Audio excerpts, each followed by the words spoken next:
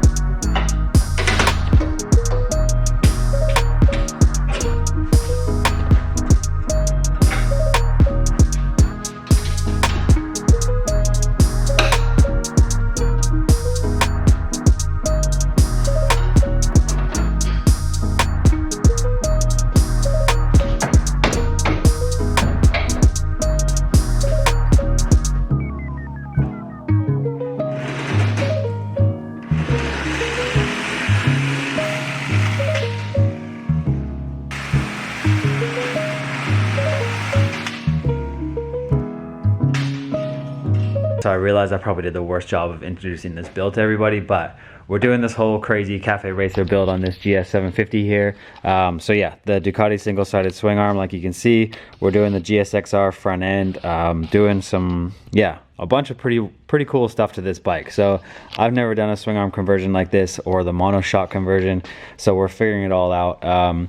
What I'm thinking is like, built this jig so that this will all stay where it is, and then I have to notch the frame back here because this swing arm is about 1 inch wider than that swing arm was, so it won't fit into here. So I think my strategy here is notch this and like cut out basically like a 1/2 inch on each side, and then get this swing arm just in there, so that I can pretty much put it in the same position as that swing arm was, and then build a piece on the jig that will hold it back here so that that swing arm is like kind of pretty much where I want it to sit, and then I can rebuild these mounts to be stronger again. So they'll probably be out of something like a 1/4 inch steel plate with some bushings, and then I can like pretty much, because I'll be notching this, I'll bring it right to the end of the tube here and weld it in. I'm going to be cutting this off anyways as well and doing like a whole new subframe.